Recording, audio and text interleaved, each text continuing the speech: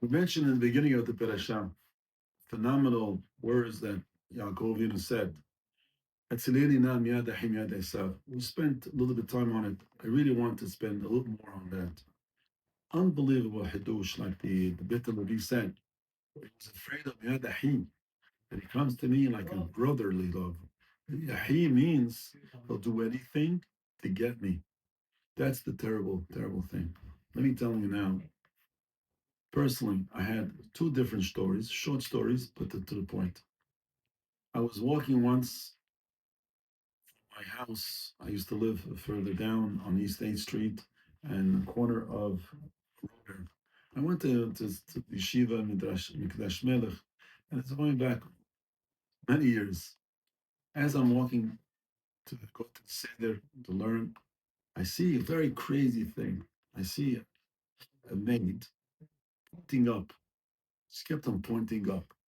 And there was two little beautiful children, Jewish children.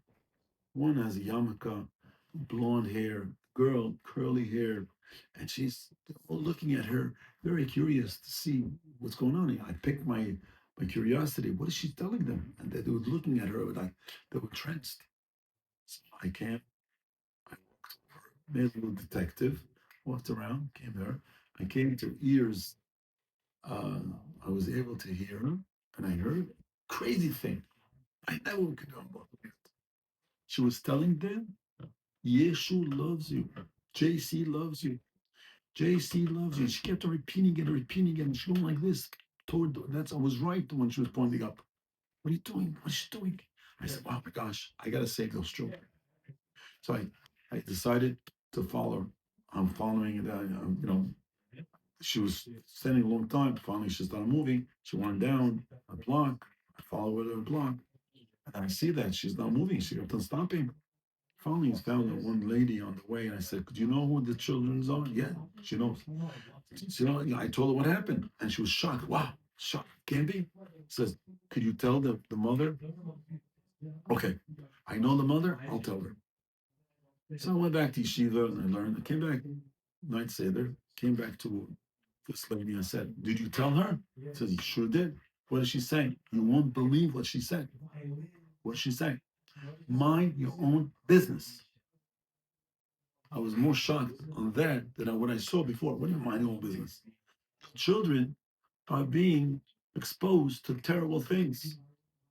I said, what's the matter with you? And she's saying, no, I need the maid. I'll take care of it. I was so frightened by it. So what's going to do with those kids? So, uh, so this lady said, don't worry. I'm going to make sure.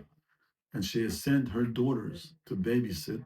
And as soon as they infiltrated in there and they gave them very good mussar. Oh, you have to be careful what to do, what not to do. And Baruch Hashem, they came out to be good. Happens to be that the granddaughter of that lady wound up marrying my son. And we were sitting together. And I said, now I see the whole entire story at the end. Baruch Hashem, they came out good. That's one story. Give you another story, crazy story. Also, the idea of Miyad Ahim. Unbelievable story. Also, I was involved.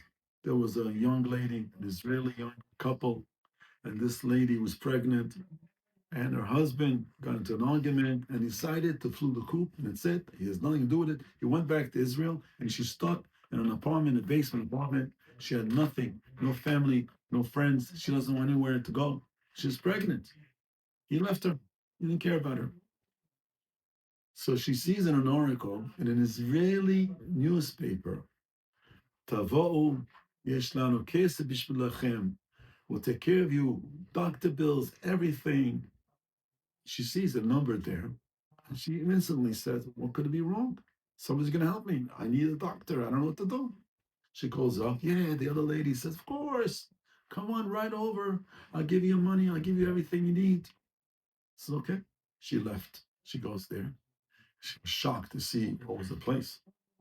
There's a lady on the second floor looking down and sees this young lady, a pregnant lady, come toward her. Who was this? Who was on top, coming down? And what did she see? It was a nunnery, this Christian nunnery, and there were missionaries. They wanted her to come in and what? Grab her. And what happened? Exactly what we said before. This nun came down, ran over to her. She hugged her. She kissed her. She says, "I have a good, beautiful apartment for you. Come, let me show you." She takes her by the hand, and the lady didn't know what to do. She kept on pushing herself up, and she opens up the door, and she sees beautiful apartment, and she opens up. Look, Glad kosher.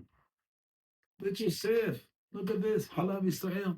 Two different kitchens. There's a kitchen for the bath for Vesa, regular kitchen, Basa, Halab. Says, well, how do you know all this? Says, I knew Yehudiya. I'm also Jewish. I just became a nun. I became Christian. Don't worry, you can keep everything, but still be Christian. So all we want is one thing. We're going to sign a contract. And when your baby is born, we're going to put water on him. It was Christian. There was a good Christian, I don't know what they call it, whatever it is. A little water. She didn't know what to do. And then she pulls up a $500. In that time, talking about many years ago. It's like today, $10,000. It's $500. She was flabbergasted by the whole entire incident, and she didn't know what to do. She said, "Okay." She signed the contract. All her friends are around the neighborhood. Said, "Oh, what are you gonna do? What is she? Where's that lady? Where's that lady?" She found out. They found out. They called her. They were able to get through to her and says, "What are you doing with this? What do you mean? Nothing wrong that I'm doing over here. She gave me money. Look, I have all the good things, even kosher. I didn't keep kosher. This is kosher." Says, oh my gosh. They got through a Jewish institution over there, Jewish agency. A Jewish agency contacted me. Happened to be she was Faradiyah and she was from Israel. And therefore, how they got to me because this particular person, I did some hesed with him, and they contacted me. So what do you need? Let's get money. These missionaries, they have a lot of money to give. Missing now is money. If we have money, we're able to pull her out. And we're going to promise her whatever they promised, we could promise double. So how much you need? So give us, let's go for $1,000 to $2,000. It's a lot of money. So we went around collecting. I remember Baruch Hashem, I was able to collect at least over $1,000, $1,500. It's beautiful. And the people came, they said, Pidyon Shuvaim, this is really unbelievable. We're saving a neshama here. So what happened? So this Rav, it's called Rav Batrabinek, and he took the money, and he was such an honest and unbelievable person. Takes the money, and he goes over there to the nun area, and sits by one of the parking area over there. There was a little bench in the park, and he waited for her. He recognized who she was very easily. She was pregnant. She's coming out, and he says, "Could you please sit next to me?" He spoke in Hebrew. He says, "Who are you?" I said, "I came from the agency. I want to get you out of there. You don't know what you're doing here. I have all the money for you. Just listen to me." He says, "I don't know you." And I said, "My name is Rabbi Wadiche." And he shows her an ID and shows her what he's doing. He's going to take her, he's going to give her whatever she needs, an apartment, doctor, take care of the baby. Just come with me. He says, "How can I come with you?" I signed. Says, "You say, just follow with me, that you're my niece and I'm your uncle." He walked into the office. This lady was sitting there, banging on the table that says, "You took my niece without my permission. You know what I'm going to do to you? I'm going to call the cops." She started shaking a little bit. "Is this your uncle?" He says, "Yes." "Why don't you tell me? You didn't ask me."